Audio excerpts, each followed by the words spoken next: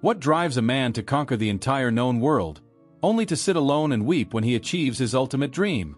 In the summer of 323 before Christ, Alexander of Macedon stood as the undisputed ruler of the largest empire humanity had ever witnessed. From the windswept coasts of Macedonia to the mysterious lands of India, from the golden sands of Egypt to the ancient cities of Persia, his name echoed across 3 continents. Yet historical accounts tell us that this god among men, this living legend who had never lost a battle, broke down and cried when he realized there were no more worlds left to conquer. The scene unfolds like something from an ancient tragedy. Alexander sits beneath the vast desert sky, surrounded by the spoils of a dozen kingdoms, commanding legions that would die for him without question. He possessed wealth beyond imagination, power that rivaled the gods themselves, and glory that would echo through eternity. But in that moment of ultimate triumph, something inside this 30-year-old conqueror shattered completely. This wasn't the tears of joy that might follow victory, nor the relief of a warrior finally laying down his sword. These were the desperate sobs of a soul confronting an emptiness so profound that all the riches of the ancient world couldn't fill it. What could possibly drive the man who had achieved the impossible to such depths of despair? What darkness lurked beneath the golden armor of history's greatest conqueror? The answer lies buried in the dusty archives of ancient historians, hidden within the psychological complexities of a young man who carried the weight of divine expectation from birth. To understand Alexander's tears, we must journey back through the mists of time, past the thunderous clash of bronze weapons and the roar of charging war elephants, to witness the forging of a legend whose ultimate victory became his greatest defeat. By the end of this video, you'll discover the haunting truth behind one of history's most mysterious moments, a revelation that exposes the terrible price of absolute ambition and the human cost of godlike power. The story we're about to unfold will forever change how you see not just Alexander the Great, but the very nature of conquest itself. But to understand how we arrived at this moment of profound tragedy, we must travel back to a time when the Mediterranean world trembled before the rise of a small northern kingdom, and witnessed the birth of a child destined to reshape civilization forever. The year was 356 before Christ, and in the rugged mountains of Macedonia, a kingdom balanced precariously between Greek civilization and barbarian wilderness, Queen Olympias of Epirus writhed in the throes of childbirth. Thunder crashed across the peaks as if the gods themselves were announcing the arrival of something momentous. When the child finally emerged into the flickering torchlight, the royal physicians noticed something extraordinary. The infant's eyes were 2 different colors, one dark as midnight, the other pale as morning mist. The midwives whispered among themselves that this was surely a sign from the divine realm. Philip II of Macedon, a warrior king whose scarred face bore testament to countless battles, gazed down at his newborn son with a mixture of pride and ambition burning in his single remaining eye. He had already begun transforming Macedonia from a backward kingdom into a military powerhouse, but this child would be his ultimate weapon in conquering the fractured city-states of Greece. They named the boy Alexander, meaning defender of men, though none could have imagined just how literally he would embody that destiny. From his earliest memories, Alexander lived in a world where mythology and reality intertwined like golden threads in a tapestry. His mother, Olympias, claimed descent from Achilles himself, the greatest warrior of the Trojan War. She would whisper to young Alexander that his true father was not Philip, but Zeus, king of the gods, who had visited her in the form of a serpent. Whether born of divine seed or mortal passion, the child absorbed these stories like a sponge, his imagination fired by tales of heroes who transcended the boundaries between Earth and Olympus. The palace corridors echoed with the clash of weapons as Alexander learned the arts of war from Macedonia's finest warriors. By age 7, he could wield a sword with deadly precision. By 10, he was studying the tactical formations that would one day carry his armies across 3 continents. But Philip understood that brute strength alone would never conquer the sophisticated Greek world. His son needed an education that would match his martial prowess, a mind sharp enough to outthink the philosophers and politicians of Athens and Sparta. When Alexander reached 13, Philip made a decision that would echo through eternity. He summoned to his court the greatest mind of the age, a philosopher whose ideas would shape Western thought for millennia. Aristotle, student of Plato and intellectual heir to Socrates himself, arrived at the Macedonian court like a beacon of enlightenment piercing the northern darkness. The aging philosopher looked upon the intense young prince with curiosity and perhaps a touch of apprehension, recognizing in those mismatched eyes a hunger that went far beyond mere learning. For 3 years, master and student walked together through groves of olive trees, discussing everything from politics to poetry, from the nature of courage to the structure of the cosmos. Aristotle taught Alexander that a true king must be a philosopher, a leader who rules through wisdom as much as strength. He spoke of the ideal state, where justice reigns supreme and citizens achieve their highest potential. But perhaps most importantly, he filled Alexander's mind with tales of distant lands beyond the Greek world. Aristotle described the vast Persian Empire that stretched to the edge of the known world, lands of unimaginable wealth and mysterious peoples who had never heard the name of Macedonia. As Alexander absorbed these lessons, his father Philip continued his relentless military campaigns, gradually bringing the Greek city-states under Macedonian dominion. The teenager watched from afar as his father's phalanxes, those revolutionary formations of spear-wielding soldiers, swept across the battlefields of Greece like an unstoppable tide. Each victory brought reports of Philip's growing power, but also whispers of his violent temper and his increasingly strained relationship with Queen Olympias. The royal marriage had become a battlefield as vicious as any Philip had conquered. Olympias, with her wild hair and serpentine jewelry, practiced mysterious religious rites that horrified even the battle-hardened Macedonians. She kept venomous snakes as sacred animals and claimed to commune directly with the gods. Philip, growing older and more pragmatic, sought political alliances through marriage, taking additional wives to cement treaties with neighboring kingdoms. The palace became a powder keg of jealousy, ambition, and barely contained violence. Alexander found himself caught between these two powerful personalities, absorbing their conflicting influences like a young tree growing between two mighty oaks. From his father, he inherited an iron will, tactical genius, and an understanding of power that went beyond mere force. From his mother came a mystical connection to the divine, an absolute conviction in his own destiny, and a romantic vision of heroism that transcended ordinary human limitations. The tension reached its breaking point during Alexander's 18th year. At a wedding feast celebrating Philip's marriage to yet another young bride, the wine flowed freely and old resentments rose to the surface like poison in a wound. Olympia sat in frozen fury as Philip publicly humiliated her, questioning Alexander's legitimacy and suggesting that his new wife might provide him with a more suitable heir. The insult hung in the air like a death sentence. Alexander rose from his seat, his mismatched eyes blazing with a rage inherited from both parents. The chalice in his hand trembled as he hurled it at his father's feet, wine spreading across the marble floor like spilled blood. Words were exchanged that could never be taken back, accusations that cut deeper than any sword. Father and son faced each other across that wine-stained floor, two lions ready to tear each other apart, while the assembled nobles watched in horrified silence. That night, Alexander fled into exile, taking his mother and a handful of loyal companions with him. 4 months, they wandered the mountain passes of Epirus, living like brigands while Philip's empire continued to expand. The young prince had time to contemplate the nature of power, the price of ambition, and the terrible loneliness that comes with being born to rule. In those cold mountain nights, staring up at the stars that seemed to mock his earthly troubles, Alexander began to understand that his destiny was larger than Macedonia, larger than Greece itself. But what none of them could have predicted was that this family drama would soon explode into violence that would change the course of history. The threads of fate were tightening around Philip's neck, and the gods were preparing to unleash upon the world a conqueror whose ambitions would make his father's achievements seem like mere rehearsals for the main performance. But what nobody expected was that a single moment of betrayal would shatter the Macedonian royal family forever, catapulting a 20-year-old prince into power and setting in motion a chain of conquests that would reshape the ancient world beyond recognition.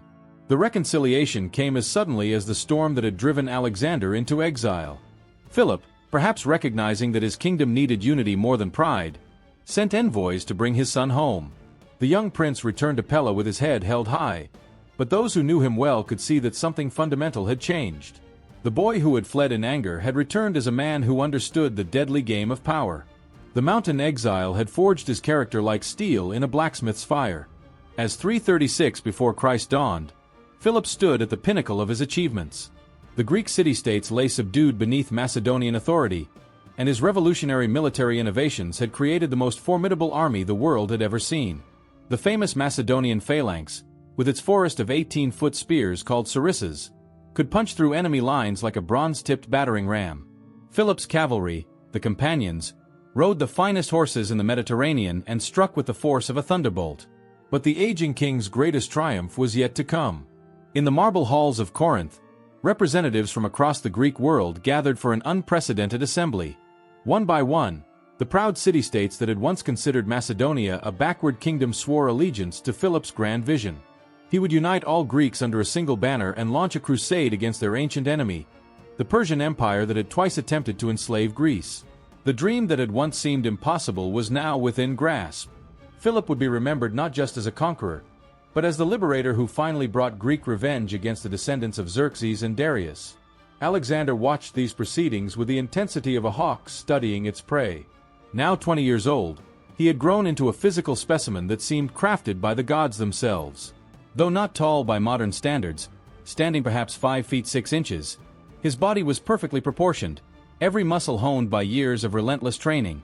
His golden hair caught the light like a lion's mane, and those famous mismatched eyes seemed to penetrate straight to the soul of anyone who met his gaze. Veteran soldiers twice his age found themselves instinctively stepping aside when the young prince walked past. But beneath that godlike exterior, darker currents were flowing.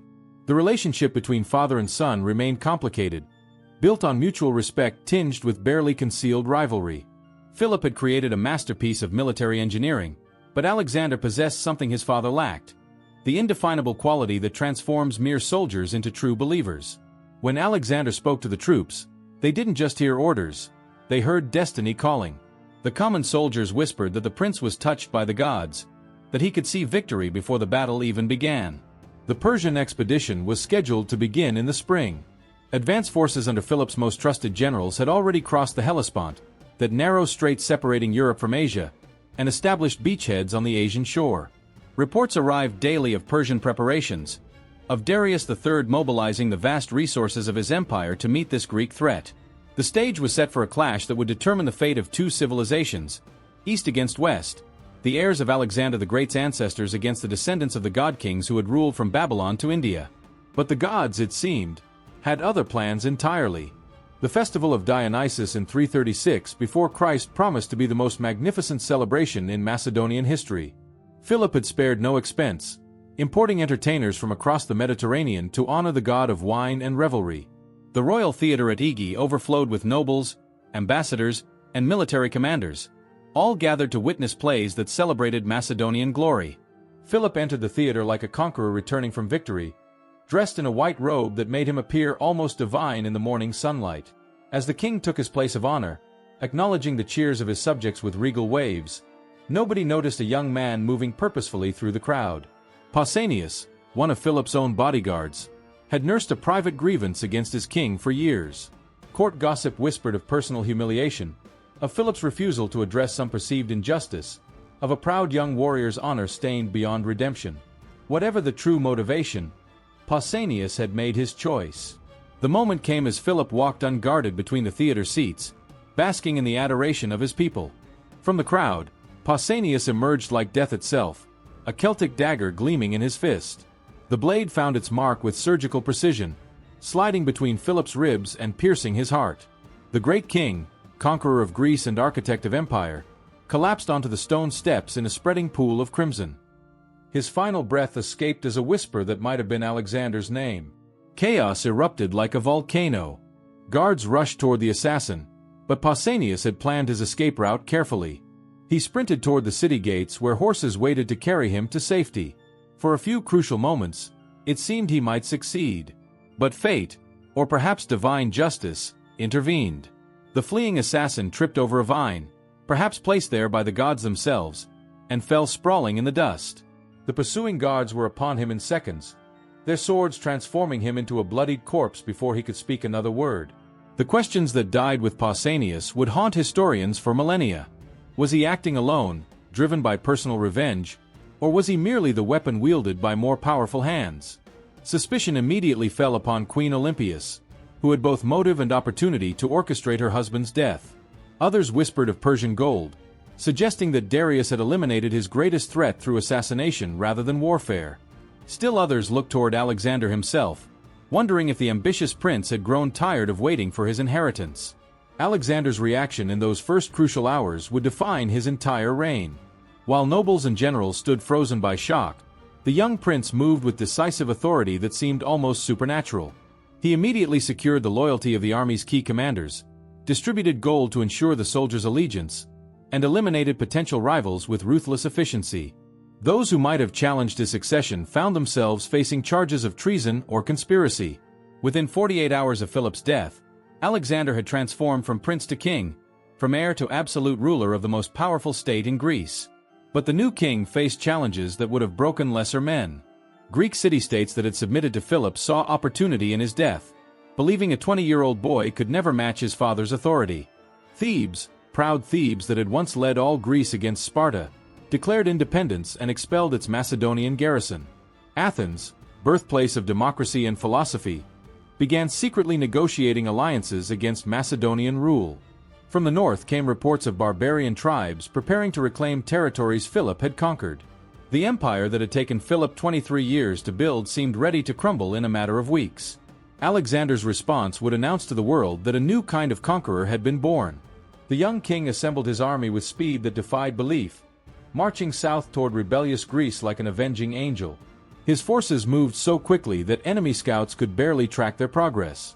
City after city found Macedonian troops appearing outside their walls before defensive preparations could be completed. The prince they had dismissed as an untested boy was revealing himself to be a military genius who combined his father's tactical brilliance with his own intuitive understanding of warfare. At Thebes, the moment of truth arrived. The ancient city, protected by walls that had stood for centuries, refused Alexander's demand for surrender. The defenders, confident in their fortifications and proud of their military tradition, prepared to show this Macedonian upstart the price of challenging established power. They had forgotten that legends are born in moments when the impossible becomes inevitable. However, what was about to unfold would surpass all expectations and reveal that Alexander possessed something far more dangerous than mere tactical skill, something that would transform him from a regional king into the master of the known world. The siege of Thebes lasted exactly 13 days. When the dust settled, one of Greece's oldest and most powerful cities lay in complete ruins, its population either dead or sold into slavery. But the destruction itself wasn't what shocked the ancient world. Cities had fallen before, civilizations had crumbled, and conquerors had shown mercy or brutality according to their nature. What truly terrified observers across the Mediterranean was the methodical precision with which Alexander had orchestrated the annihilation, and more importantly, the message he sent with every stone that fell. Alexander didn't just conquer Thebes, he erased it. The young king ordered his engineers to demolish every building except the temples and the house where the great poet Pindar had once lived. He sold 30,000 Thebans into slavery, filling the Mediterranean markets with human cargo that served as a living reminder of what happened to those who defied Macedonian authority. But perhaps most chilling of all, he left the ruins exactly as they fell, creating a monument to his wrath that would terrify potential rebels for generations. The other Greek cities received the message with crystal clarity. This wasn't Philip's diplomatic pragmatism or his preference for negotiated surrenders. This was something entirely new, a form of warfare that combined overwhelming force with psychological terror. Athens, that proud birthplace of democracy, sent ambassadors bearing olive branches and promises of eternal loyalty. Sparta, the warrior state that had never bowed to any foreign power, quietly withdrew its forces and avoided any action that might provoke Macedonian attention. In a single devastating campaign, Alexander had transformed from an untested prince into the undisputed master of Greece. But Greece was merely the prologue to Alexander's true ambition. The Persian expedition that had died with Philip was reborn under his son's leadership, though the new king's vision extended far beyond his father's dreams of Greek revenge. Alexander gazed eastward across the Hellespont, that narrow waterway separating Europe from Asia, and saw not just an enemy to defeat but an entire world to conquer. When his advance forces reported that Persian defenders were massing at the Granicus River, the young king's response revealed the divine madness that would drive him across 3 continents. The Battle of Granicus in 334 before Christ became the stuff of legend, not because of its strategic importance, but because of Alexander's personal conduct during the fighting. While his generals urged caution, recommending flanking maneuvers and carefully coordinated attacks, Alexander chose a different path. He donned his distinctive plumed helmet, raised his father's shield, and led the charge personally, riding straight into the teeth of the Persian cavalry like a man possessed by the gods themselves. Eyewitnesses described a scene that seemed lifted from the Iliad. Alexander's horse Bucephalus, that magnificent black stallion he had tamed as a boy, carried his master through the enemy ranks like a divine messenger of war. Persian nobles, resplendent in their golden armor and silk banners, found themselves face to face with this golden-haired demon who fought with the fury of Achilles himself. The young king's spear shattered against enemy shields, so he drew his sword and continued the slaughter, his blade singing through the morning air as heads rolled like wheat before the harvester. The Persians broke and fled, leaving behind a carpet of the dead that included some of the empire's most experienced commanders. But Alexander's victory celebration revealed something that would define his entire career. Instead of merely claiming the spoils of war, he performed rituals that stunned both his own men and surviving Persian observers. He poured wine libations to the gods, claiming divine favor for his cause. He visited the tomb of Achilles at Troy, running naked around the monument while his officers watched in amazement, symbolically connecting his campaign to the legendary heroes of Greek mythology. These weren't the actions of a conventional conqueror seeking territory or tribute. Alexander was transforming himself into something unprecedented in human history, a living bridge between the mortal and divine realms. His soldiers began to whisper that their king possessed supernatural powers, that he could see the future in dreams, that wounds that would kill other men barely slowed his advance. Whether these beliefs were true or merely the product of mass psychological suggestion, their effect on Alexander's army was undeniable. They didn't just follow their king, they worshipped him. The conquest of Asia Minor unfolded like chapters in an epic poem. At Gordium, ancient capital of the Phrygians, Alexander encountered the famous Gordian knot, an intricate tangle of rope that legend claimed could only be untied by the future ruler of Asia. 4 hours, the young king studied the ancient puzzle while his officers and local nobles watched in fascination. Then, with characteristic directness, Alexander drew his sword and sliced through the knot with a single stroke. The message was unmistakable. He wouldn't be bound by the limitations that constrained ordinary mortals. City after city opened its gates without resistance. The Persian satrapies, those provincial governors who had ruled their territories like independent kings, found their authority evaporating before this Macedonian hurricane. Some fled eastward toward the imperial capital of Persepolis. Others attempted to negotiate separate peace treaties. A few made the fatal mistake of gathering armies to resist, only to discover that Alexander's reputation had grown faster than his physical advance. Local populations often welcomed the Macedonians as liberators, having grown weary of Persian taxation and cultural suppression.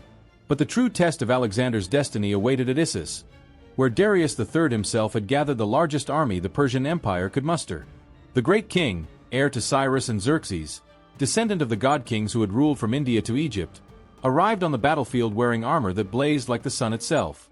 His chariot was carved from ivory and gold, pulled by horses bred in the royal stables of Persepolis.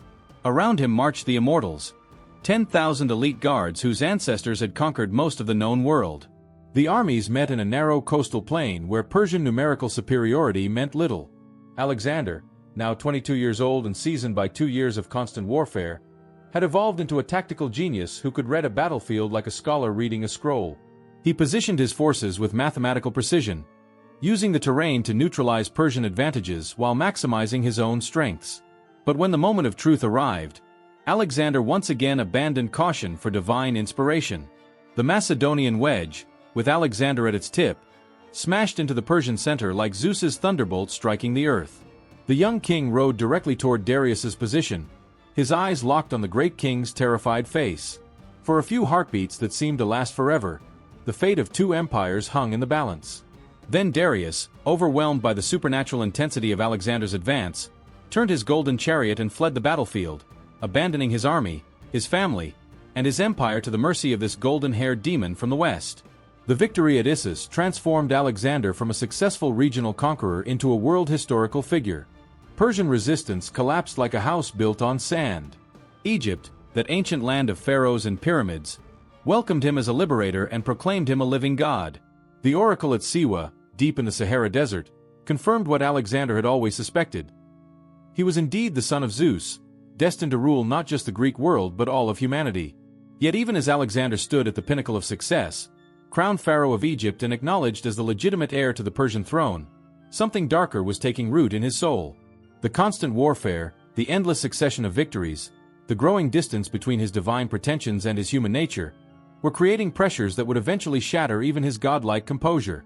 The next phase of his campaign would carry him beyond the boundaries of the civilized world, into lands where even the Persians had never established permanent control, toward a confrontation with his own limitless ambition that would ultimately answer the question of why the world's greatest conqueror wept when there were no more worlds left to conquer.